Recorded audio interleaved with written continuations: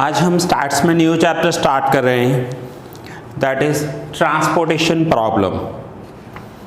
Now पहले इस word की मीनिंग समझते हैं कि ट्रांसपोर्टेशन प्रॉब्लम होता क्या है।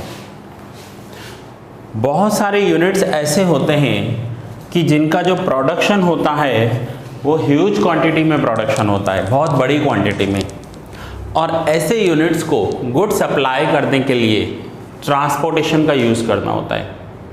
सो वो कम से कम हो उसके लिए हम ये चैप्टर सीख रहे हैं, ट्रांसपोर्टेशन प्रॉब्लम। सपोज करो कि ये कोई भी सिटी है, ठीक है, XYZ कोई भी सिटी है, और इस सिटी में कोई कंपनी है जो अपना सप्लाई कर रही है, से एग्जांपल पेप्सी। अब मुझे बताओ कि सिटी के किस एरिया में पेप्सी नहीं मिलता और किस स्ट्रीट में नहीं मिलता। हर गली में पेप्सी अवेलेबल है। उनका ट्रांसपोर्टेशन सिस्टम कितना स्ट्रांग होगा कि हर एक सिटी में, हर एक एरिया में या हर एक स्ट्रीट तक उन्होंने अपने गुड्स पहुंचाए हैं। और ये सिर्फ इनका ट्रांसपोर्टेशन प्रॉब्लम एक सिटी तक लिमिटेड नहीं है। आप इंडिया के किसी भी सिटी में जाओ, आपको ये प्रोडक्ट तो मिलेगा ही।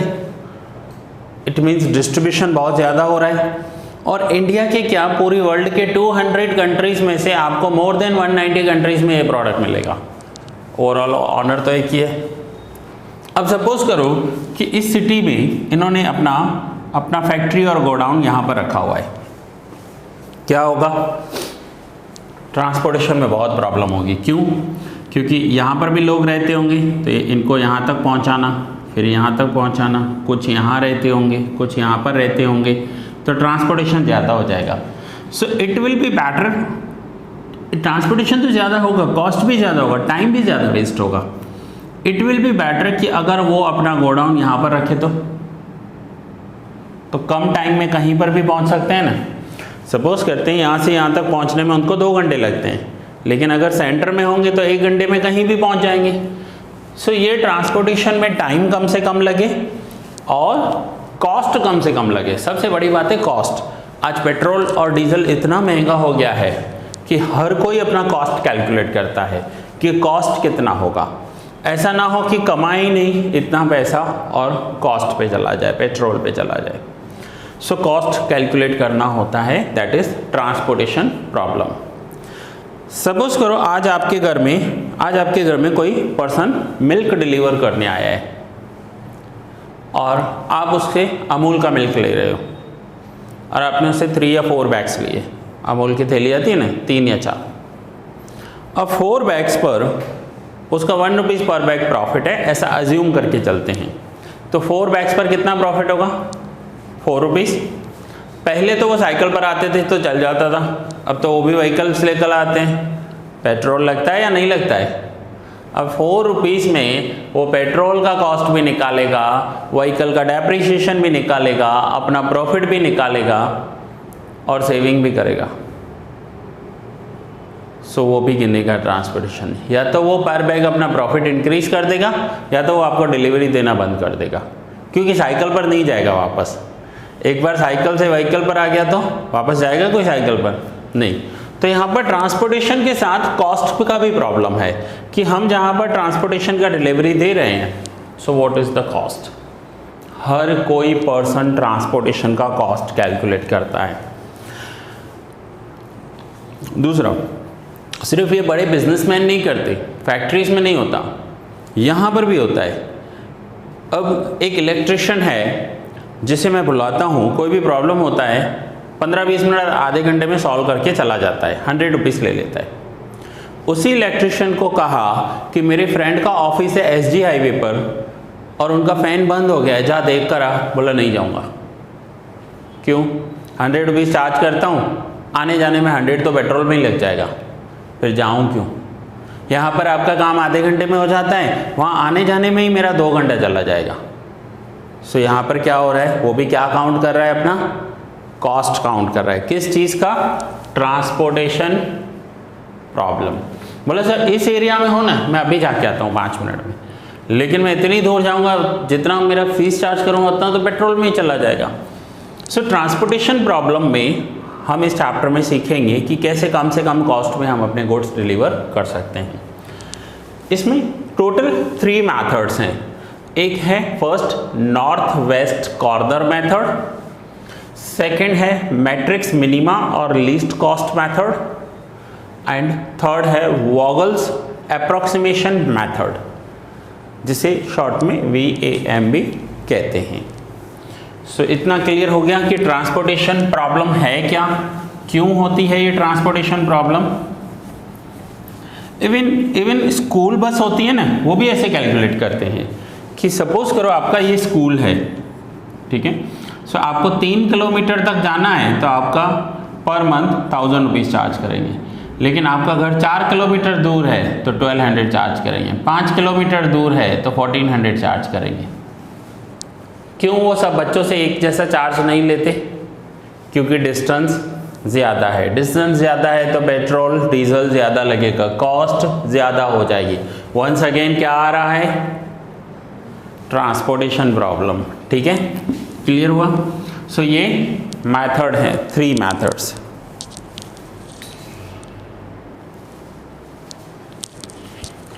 चलो नाउ हम आज फर्स्ट मेथड स्टार्ट कर रहे हैं, north west corner method. Now north west corner किसे कहते हैं? मुझे बताओ, हमारे इंडिया का नॉर्थ कहाँ आता है? ऊपर आता है, नॉर्थ ऊपर आता है। कहाँ पर है ये? कश्मीर। मैं अप्रॉक्सीमेट इंडिया का मैप ड्रॉ कर रहा हूँ, मेरा ड्राइंग बहुत वीक रहा है, हंसना मत।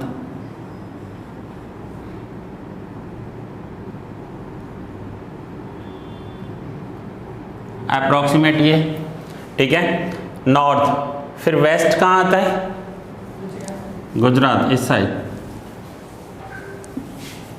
नॉर्थ वेस्ट, इधर क्या आता है? South east. अब नॉर्थ साउथ वेस्ट ईस्ट, जो वर्ड सुना है ना आपने न्यूज़, ये इसी में से ही बना हुआ है। न्यूज़ का मतलब होता है कि चारों दिशाओं की खबर आपके पास पहुंचा रहे हैं, that is called news. Okay, चलो ये तो आपके नॉलेज के लिए था सिर्फ। नाउ नॉर्थ वेस्ट कॉर्नर किसे कहते हैं? ये जो left hand side upper corner होता है ना, ये वाला एरिया, इसे हम नॉर्थ वेस्ट कहते हैं। Left hand side upper corner. Right hand side upper corner को नॉर्थ ईस्ट कहते हैं। यहाँ पर कुछ सिटीज़ हैं या कुछ स्टेट्स हैं जो जिनका नॉर्थ ईस्ट का प्रॉब्लम चल रहा है, आप न्यूज़ में सुनते होंगे। फिर इस कॉर्नर को क्या कहेंगे? वेस्ट साउथ, और इसे ईस्ट साउथ। तो हमें क्या है? North west corner, it means left hand side upper corner. Clear हुआ नॉर्थ वेस्ट का मीनिंग? यहाँ तक कुछ नोट डाउन करना है तो कर लो, नहीं तो फिर हम सम स्टार्ट करते हैं। मैथड्स लिख लिए आप लोगों ने? ओके, चलो नाउ सम स्टार्ट करते हैं। सम्स में मोस्टली आपको एक्सरसाइज के सम्स करवाऊंगा। ये जो मैं करवा रहा हूँ आपको, ये इस बुक में से करवा रहा हूँ। अगर आपको कोई क्वेश्चन नहीं मिल रहा है आपके बुक में, हो सकता है आपके बुक का कोई एडिशन अलग हो, तो आप थोड़ा सा आगे पीछे करके देखना, क्वेश्चन मिल जाएगा। सो एक्सरसाइज के सम्स मैं मोस्टली आपको करवाऊंगा और इलस्ट्रेशंस होमवर्क में दूंगा। सो आज हम स्टार्ट कर रहे हैं question number 6, north west corner method.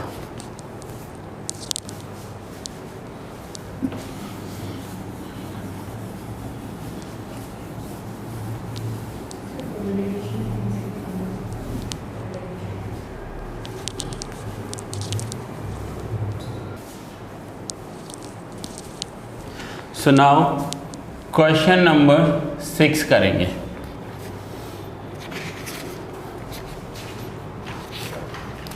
Three रोज हैं, 5 कॉलम्स हैं।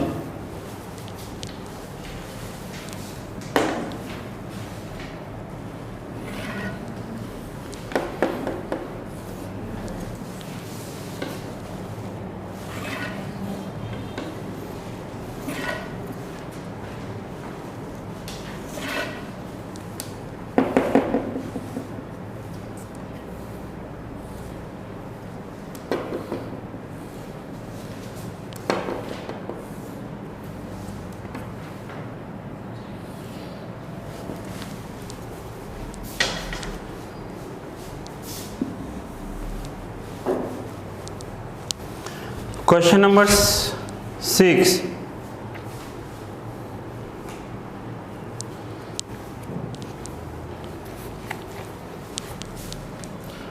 Five 4 7 6 3 3 5 3 2 and 6 3 4 7 5 5 destination 1 2 3 4 and 5 origin 1 2 and 3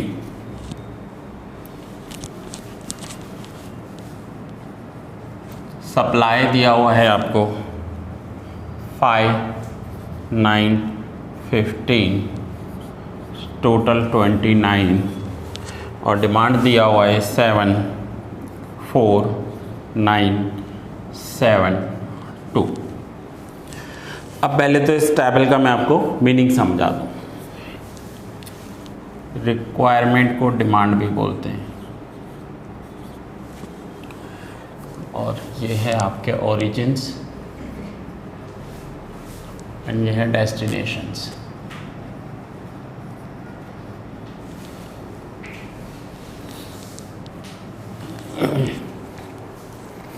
now किसी भी कंपनी के ओरिजिन मीन समझो ये 3 फैक्ट्रीज हैं।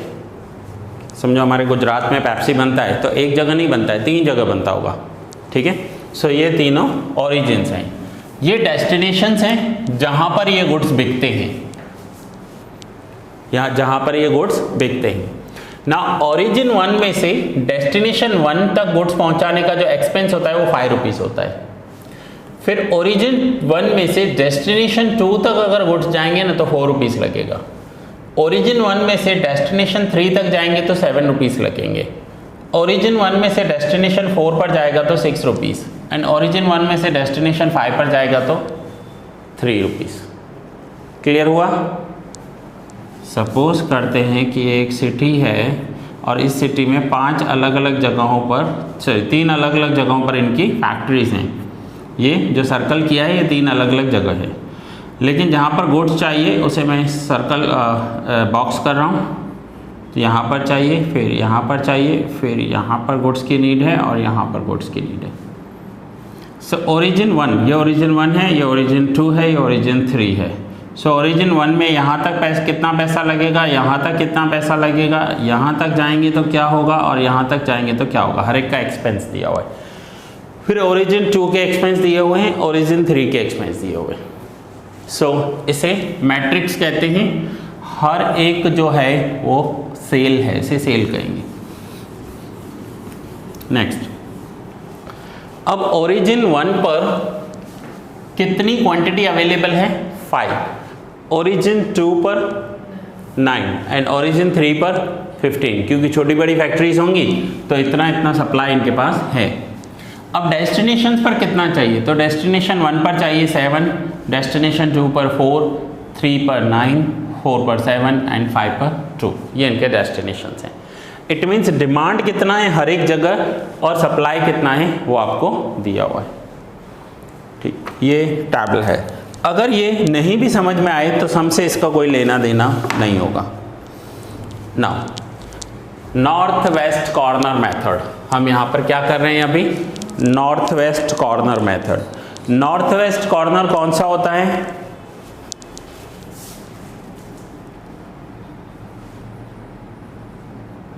North west corner method. क्या सिखाया मैंने आपको? Left hand side upper corner, तो लेफ्ट हैंड साइड अपर ये हो गया। अब इससे आगे जो मैं सम करूंगा ना, आपको ऐसा लगेगा हम गेम खेल रहे हैं, बट ध्यान से समझना, सम हो जाने के बाद सब एक जैसा हो जाएगा। Left hand side upper corner ये है। अब ओरिजिन 1 पर सामने सप्लाई है 5 और डिमांड 1 पर डिमांड है 7। इन दोनों में से लोअर वैल्यू कौन सी है? 5 और 7, दोनों में से लोअर वैल्यू बताओ क्या है? 5, वो हम रखेंगे अंदर, ठीक है। Left hand side upper corner 5 रख दिया। अब इन दोनों में से 5 माइनस करेंगे, दोनों में से 5, तो इस 5 में से 5 माइनस किया तो 0, और इस 7 में से 5 माइनस किया तो 2। जिस साइड 0 हो जाए ना वो रो पूरी कैंसिल कर दो, चाहे वो रो हो या कॉलम हो, ऐसे कैंसिल कर देना है। जिस साइड 0 हो जाए कैंसिल कर दी। अब जो बाकी बचे हुए हैं उनमें left hand side upper corner कौन सा होगा?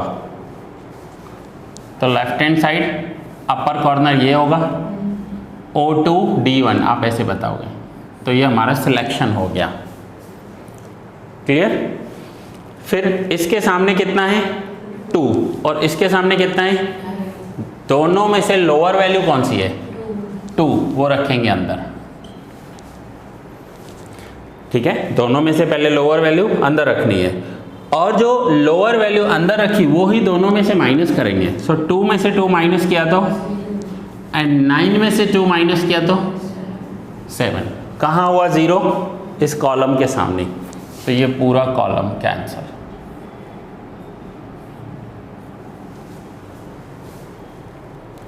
अब बाकी बचे हुए में left hand side upper corner कौन सा है? ये O2D2, यस O2D2।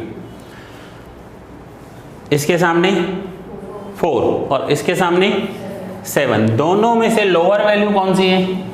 अंदर रखेंगे 4, दोनों में से लोअर वैल्यू अंदर रखनी है और दोनों में से वो वैल्यू माइनस करनी है। सो 4 माइनस 4 0, 7 माइनस 4 3। कहाँ 0 आया?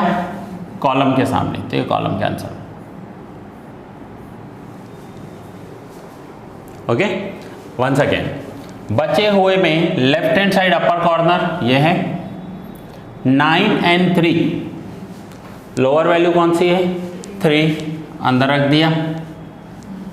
3 में से 3 गया, 9 में से 3 माइनस करेंगे तो कहाँ 0 हुआ? इस रो के सामने। ये रो होता है, स्लीपिंग लाइन कहते हैं ना, ऐसे रो होगी, और ये स्टैंडिंग लाइन है वो कॉलम कहते हैं उसको। तो ये रो के सामने 0 आ गया, तो ये रो कैंसिल। क्लियर? देन 6 and 15, तो left hand side upper corner कौन सा है? ये है। 6 and 15 दोनों में से लोअर क्या है 6, 6 में से 6 गया 0, 15 में से 6 गया 9। कहाँ 0 हुआ? कॉलम के सामने, तो ये कॉलम कैंसिल। फिर जो बचे हुए हैं उनमें left hand side upper corner 7 और 9, दोनों में से लोअर वैल्यू कौन सी है 7, दोनों में से 7 माइनस करेंगे। सो 7 माइनस 7 9 माइनस 7 2, ये कॉलम कैंसिल। लास्ट जो बचा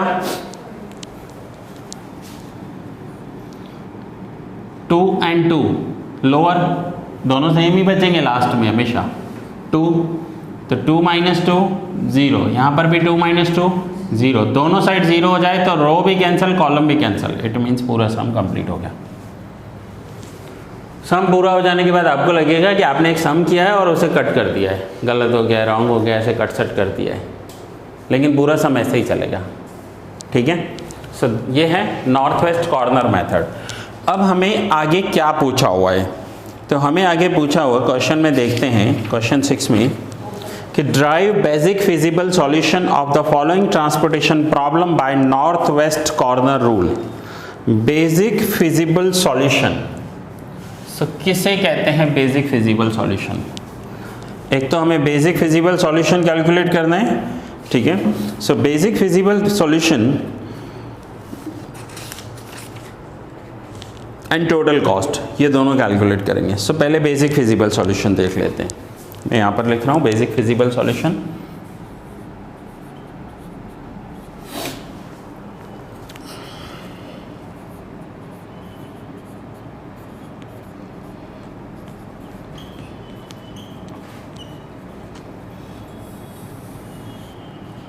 बेसिक फिजिबल सॉल्यूशन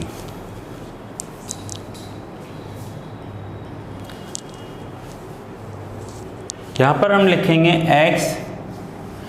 अब ये first row and first column हुआ, ये रो कौन सी है? फर्स्ट, ये सेकंड और ये थर्ड। ये first column, second column, third column, fourth column and fifth column. Clear हुआ? स्लीपिंग लाइन है तो रो है, स्टैंडिंग लाइन को कॉलम कहते हैं। सो ये फर्स्ट रो फर्स्ट कॉलम होगा, यहाँ पर लिखेंगे x11, x11 और x11 की वैल्यू क्या है? 5। सो x11 ये बेसिक फिजिबल सॉल्यूशन है।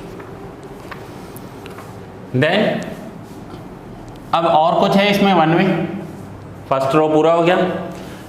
x, अब ये सेकेंड रो और फर्स्ट कॉलम, तो यहाँ पर लिखेंगे x21, second row first column value क्या है?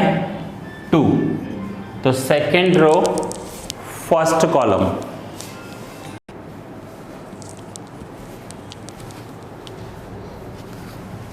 सो क्लियर हुआ? Second row first column value क्या है? ये जो बॉक्स में वैल्यू है 2।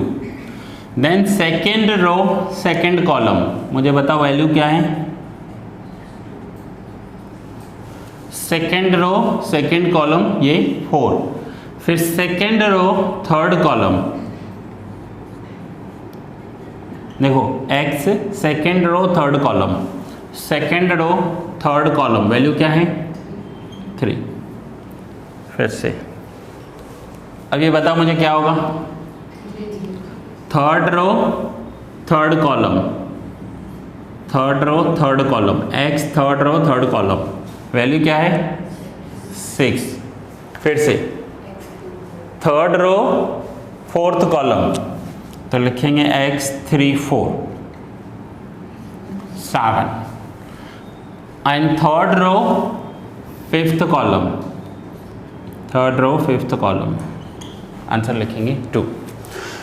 तो देखो बेसिक फिजिबल सॉल्यूशन दिया हुआ है पीछे, x115, 212, 224, 233, 336 and 347 and 352 दिया हुआ है basic feasible solution.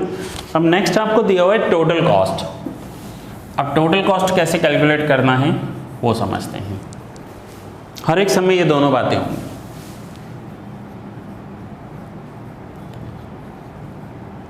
Total cost,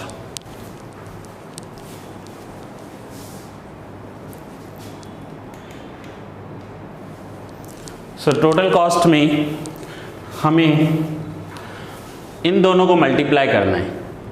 जहाँ जहाँ पर भी ये आए 5 इंटू 5, तो पहले मैं लिख रहा हूँ 5 इंटू 5, फिर प्लस करना है। अब यहाँ पर 4 इंटू 0 कुछ है ही नहीं तो 0 है, तो 4 इंटू 0 0 हो जाएगा।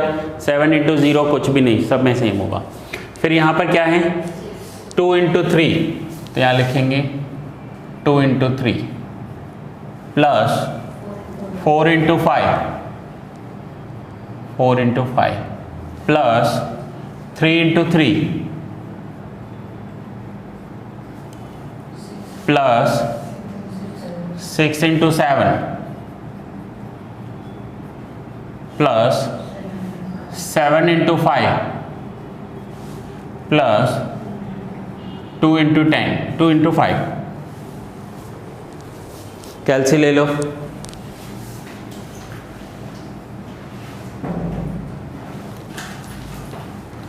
Five into 5 25, 3 into 2 6, 4 into 5 20, 3 into 3 9, 6 into 7 42, 7 into 5 35 and 2 into 5 10, total 147। देखो है टोटल कॉस्ट, ये आपका आंसर है। क्लियर है? सो ये था north west corner method. Now अब मैं आपको आज का होमवर्क दे रहा हूँ। आज के होमवर्क में आप करोगे क्वेश्चन नंबर 7, इसी का ही नेक्स्ट सम। क्वेश्चन नंबर 7 करोगे एक आप।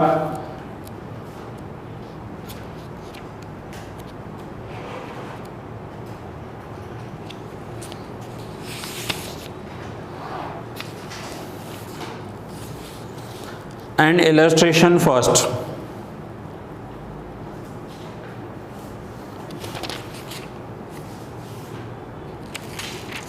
And illustration first.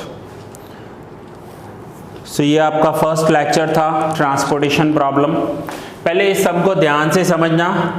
अगर आपको ये कैंसलेशन में कोई भी प्रॉब्लम है तो पूरा वीडियो फिर से प्ले करके देखना आप एक बार, तो क्लियर हो जाएगा, समझ में आ जाएगा। कोई भी डाउट है तो आप मुझे कॉल कर सकते हो। सो यहाँ पर कैंसलेशन करने के बाद कुछ भी पता नहीं चलेगा, ऐसे लगेगा पूरा सम किया है और आपने कट कर दिया, कैंसिल कर दिया। सो एक बार खुद से ट्राई करना। ये लेक्चर मैं यहाँ ही कंप्लीट कर रहा हूँ, नेक्स्ट लेक्चर में कंटिन्यू करेंगे आगे के सम्स।